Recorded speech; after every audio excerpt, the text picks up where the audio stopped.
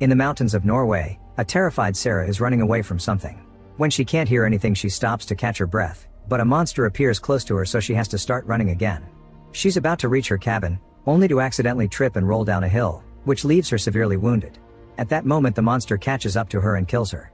Meanwhile, a group of medical students travel to the mountains to spend the Easter holidays in a cabin in the woods. This includes Sarah's boyfriend Vegard, who thinks Sarah is still on her skiing trip and will arrive the next day. The group is frustrated by the lack of phone signal in this area, but still finds many ways to have fun. They spend the day sliding on the snow and having a snowball fight. In the evening, they drink a lot and play games. Martin tells Hannah that he can show her how sedation used to be done in the Middle Ages and proceeds to cover her face with a cushion, causing her to freak out and push him off because she's claustrophobic. When Liv goes to the privy to relieve herself, she's startled by a strange figure moving among the trees. She rushes back inside to tell the others, but everybody assumes it was just an animal. At that moment, the Wanderer appears at their door and asks for coffee, so the group lets him in after some hesitation. The Wanderer uses the chance to share the history behind this place. During World War II, a team of German soldiers invaded this area because it was an important link to stop convoys between the UK and Russia. Under the leadership of Colonel Herzog, the soldiers spent 3 years abusing and torturing the locals. Later, when Germany was about to lose the war, the soldiers stole all the valuables they could find. The locals used the chance to fight back and ambush the Nazis in the middle of the night, killing most of them. Herzog and the survivors ran away to hide in the mountains with the stolen goods. Since they never returned, the locals assumed they froze to death, but nowadays it's said there's an evil presence up there. When the Wanderer finishes his story, the group laughs and doesn't believe him. Roy mocks him and the Wanderer grabs him by the neck to describe someone ripping off his limbs as a reminder him of how dangerous things can be. Then he leaves. In the middle of the night, Vegard is woken up by a noise in the cabin.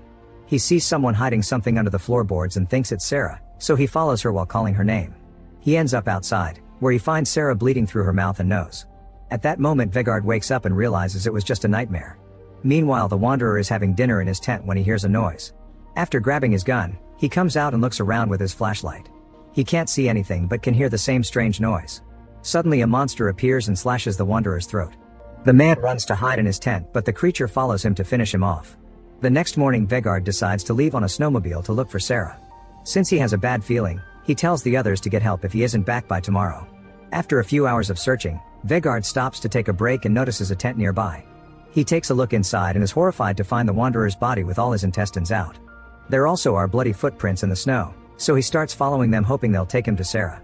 Eventually, he has to leave the snowmobile behind to continue on foot and ends up falling into a hole, getting knocked out. At the cabin, Hannah accidentally cuts her finger while cooking and Martin is bothered by the sight of blood, so the others mock him and wonder how he'll become a doctor. Then Arlen checks on their supplies under the floorboards and finds a mysterious box. When he opens it, he finds lots of jewelry and gold coins from World War II. Everyone is excited about the money they can make with this. That night, the group starts drinking again. Arlen leaves the cabin to relieve himself and a gold coin falls out of his pocket on the way. While he's still on the toilet, his girlfriend Chris joins him and they start getting naughty while outside. The monster picks up the coin. After the couple is done, Arlen returns to the cabin and Chris stays to relieve herself. She notices a creepy face spying on her and gets scared as the creature begins growling and walking around the privy. Suddenly, the floor under her collapses and she falls into the hole full of poop. She desperately climbs out while crying in pain because she's hurt her stomach. Chris leaves the privy, walking slowly because of her injury. She tries yelling for help, but the group is listening to loud music and can't hear her. The monster takes the chance to jump on Chris and takes her away. By the time Hannah turns off the music and comes out because she thinks she heard something, Chris is gone. When Hannah tells the others, Martin thinks Chris is probably just pranking them and says they'll go looking for her. Hannah is still scared and notices a gun hanging on the wall, so she gives it to Martin for protection. The three men leave the cabin and look around, but they can't find anything except for a mysterious bag buried in the snow. They bring it back inside to take a closer look and are shocked to notice it's Sarah's. Liv wants to go looking for her and an argument ensues over the potential dangers. Hannah looks out the window and is relieved to finally see Chris. However, she freaks out when she realizes it's only her friend's head being held by someone. She screams and runs to lock the door before throwing stuff in front of it to block it. A confused Liv decides to check the window when suddenly the monster's hand breaks the glass to grab her hair and pull. Her screams alert the others, who run to hold her down so she can't be taken. Martin doesn't dare to shoot with Liv so close, so Hannah cuts her hair, freeing her. Afterward, everyone is panicking. The guys move the couch in front of the door while Hannah grabs as many knives as she can find in the kitchen. When they look out the window again, they discover there's more than one monster. It turns out they're a bunch of zombies. Suddenly, the cabin starts shaking and the lights flicker before a zombie breaks a window. When he tries to get inside, Martin shoots him and his friends cover the window with a table. Unfortunately, a zombie manages to punch a hole through the door and reaches inside to try to unlock it, so Hannah cuts his hand. Looking at the fallen hand makes Arlen realize these are zombies, and he reminds everyone to avoid getting bitten. Another zombie reaches through the door and tries getting in too, so the group rushes to block him with the couch.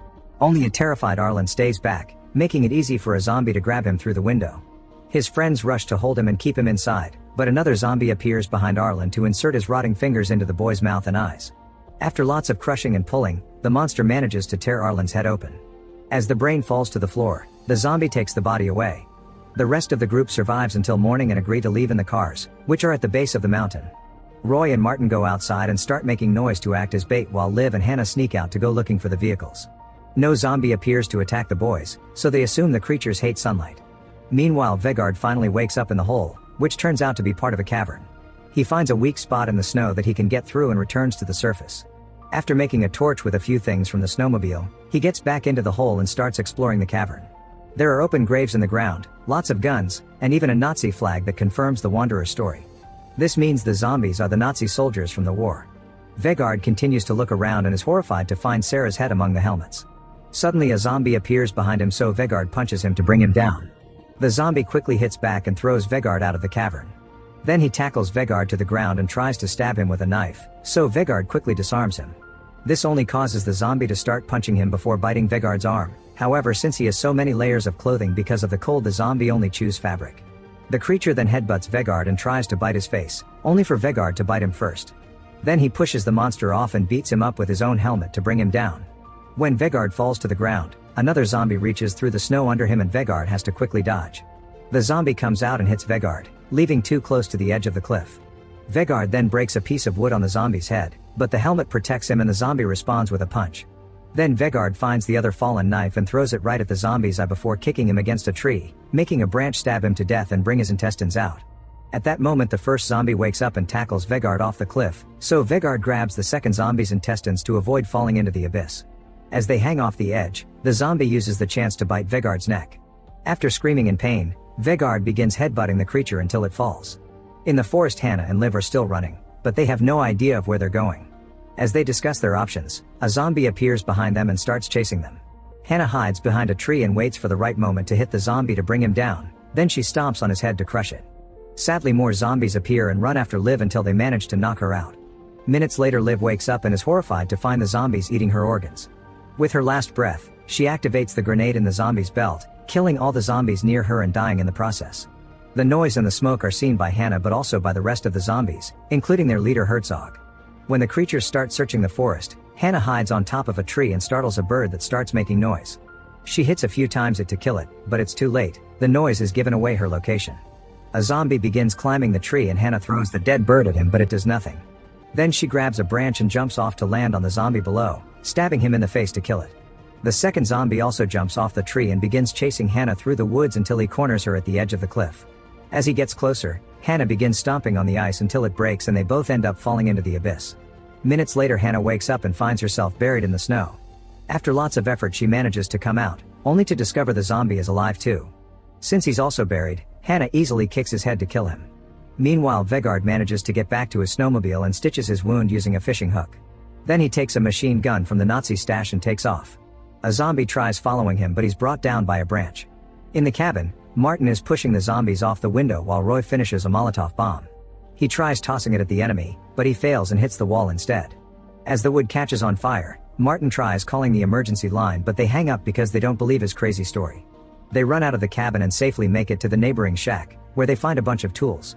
Herzog sees the fire in the distance and sends out his zombie army. Roy and Marin come out of the shack ready to fight and begin killing zombie after zombie, letting out all their grief and fury.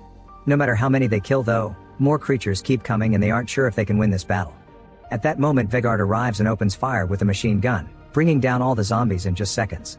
There's one left standing and Vegard runs over him with a snowmobile. One more creature comes out of the woods and tries to punch him, so Vegard quickly headbutts him and throws him on the ground before putting the snowmobile on top of him to kill him. A third zombie also tries catching him by surprise and Vegard easily punches him before ending him with the snowmobile's engine. The three friends think they've won the battle, but suddenly more zombies appear behind Vegard and stab him at the same time. Then they grab his body and begin pulling until they tear off all his arms, legs, and head. Martin and Roy immediately jump back into action to get revenge for their friend. Roy decapitates a creature and sends the head flying against the trees while Martin attacks anything that gets too close. He's so blinded by his anger that when someone touches his shoulder he attacks them as well, not realizing it's Hannah until it's too late. As a bleeding Hannah falls on her knees, Martin rushes to her side and watches her die. At that moment Herzog shows up with 6 more zombie soldiers. Martin immediately opens fire and kills most of the enemies, but he runs out of bullets. The last zombie tackles him to the ground and bites his arm before Roy smashes the creature's head with a hammer. A panicking Martin looks at his wound and refuses to become a Nazi, so he decides on amputation.